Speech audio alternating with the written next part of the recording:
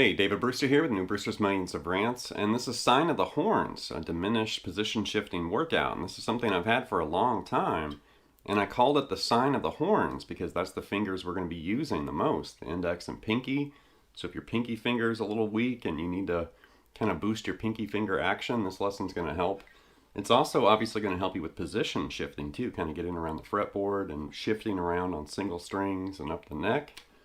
And this type of playing I actually picked up from studying music from an assortment of different guitarists, but definitely Richie Blackmore, Yngwie Malmsteen, and Steve Vai kind of clued me in on how to travel across the fretboard, using this position shifting approach.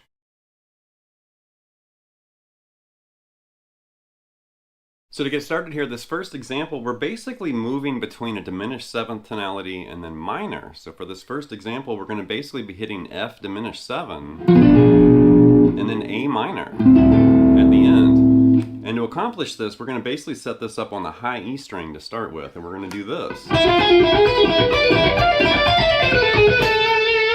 One more time. So like I said, the first part of that's F diminished 7th, and then you hear it resolve to A minor.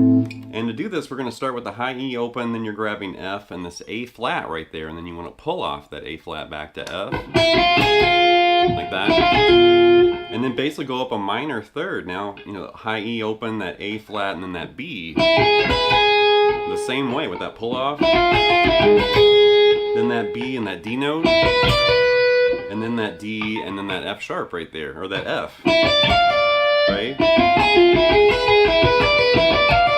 So there's our position shifting, and that's all, the sign of the horns right there.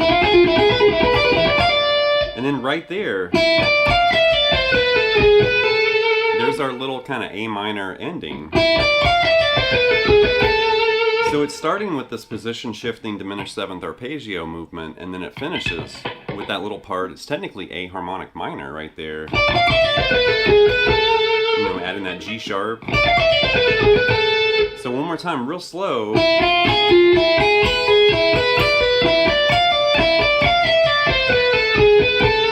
you can work that up and you can play that as fast as you want to. The main thing here, I wouldn't worry about speed, I would worry about accuracy. Play that as accurate and precise as you can, and then you can start getting faster. But just find a comfortable, tempo where you can play that with a certain level of authority. But it's got an interesting sound, and it's great for picking up those position shifts and also working that pinky finger too. And one more time, that's F diminished 7 into A minor, right? So if you've been watching my channel or ever studied with me, you can probably guess what we're going to do next. We're going to take everything we did on the high E string and then transfer it over to the B string. So now we're in a different key and we're on a different string, obviously. It's going to feel a little differently. It's obviously going to sound different. Now we're doing C diminished 7 to E minor, right? Just by moving over to the B string. So now we're doing this on the next set of strings. Start on the B string.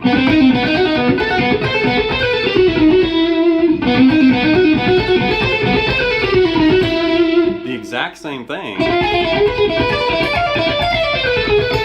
Just in a different key and on a different string, right? So you can see right there we're following the exact same pattern, for the shifting. And then right there, to play that little part of E harmonic minor. And also notice like we're moving from the B to the G string, we have to go back a fret. Right? It starts on the 10th fret and grab that 13th, that C to B, and then you're, moving back to that G, F sharp, and E. There's your D sharp, and then that F sharp to E pull off at the end.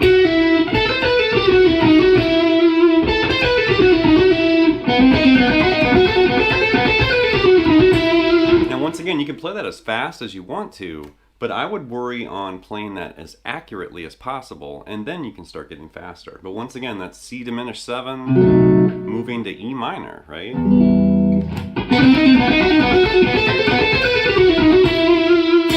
Alright, let's let's do this again. Now we're going to move to the G string, and we're going to be playing between A flat diminished 7 and C minor, just by moving into the G right here. Do the exact same thing we did on the high E and on the B, but now starting on the G string right there.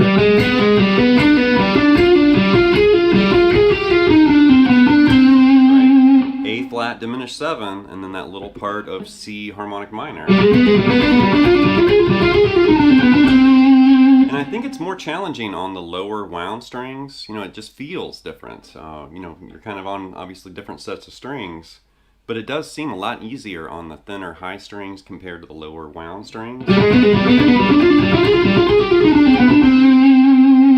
right, let's do this again. Now we're going to move over to the D string, and we're doing, you know, E flat diminished 7 to G minor, just by moving to the D string. So now we're doing it over here. Right. The same thing we had on the G, just over a set of strings starting on the D right there.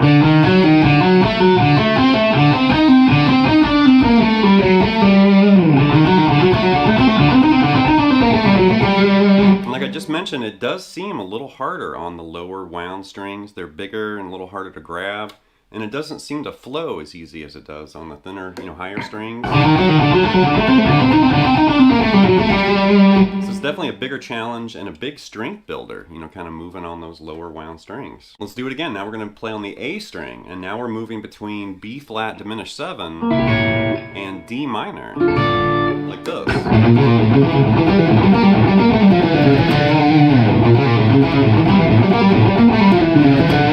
You know, definitely a challenge right there.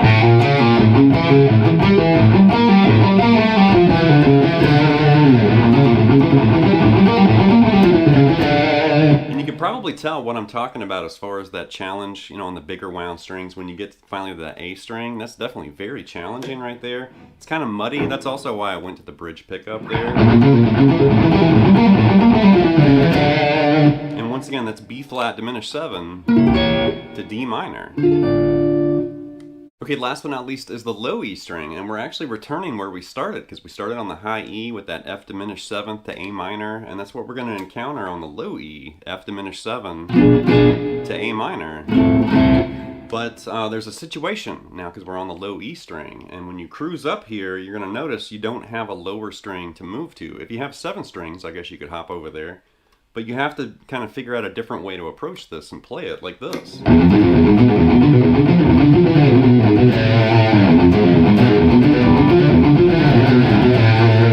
Definitely a lot harder right there, and you can see I had to add another position shift to kind of find that ending, right?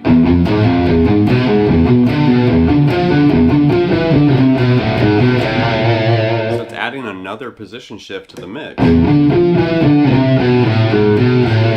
Now, if you had a 7th string, you could just kind of move right there and grab those notes.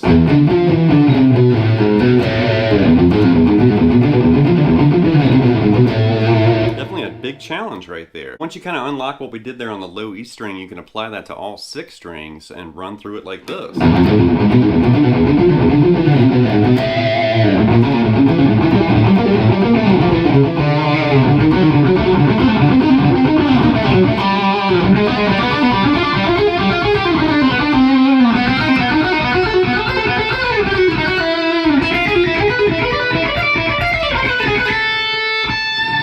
Obviously makes it much harder, but it's really cool to kind of see how you can do that with just that extra position shift. All right, that's going to wrap this episode of Brewster's Millions of Rants with the sign of the horns, you know, diminished position shifting workout. And this is really just an idea, you know, and you can take this idea and kind of run with it and create some variations and other, you know, workouts and exercises of your own design. But I know when I first kind of tapped into this and I started, you know, kind of racing up, you know, using that index pinky shape, it really did kind of boost my pinky strength and ability. And then I started adding that little bit of a scale run at the end. And then once I had it and I started sharing it with students and stuff, it's like, oh yeah, this actually does kind of work. It kind of boosts your, you know, dexterity, your finger independence, and definitely, you know, it's a big challenge for that pinky finger, because you're kind of leading with the pinky, you know, as you move up the fretboard and those shifts and stuff, you're kind of leading with that pinky finger. Definitely a huge challenge, and it sounds cool too. So anyway, leave some feedback and comments. Please subscribe to Nail Lessons, and I'll be back before you know with more content and material. Thank you.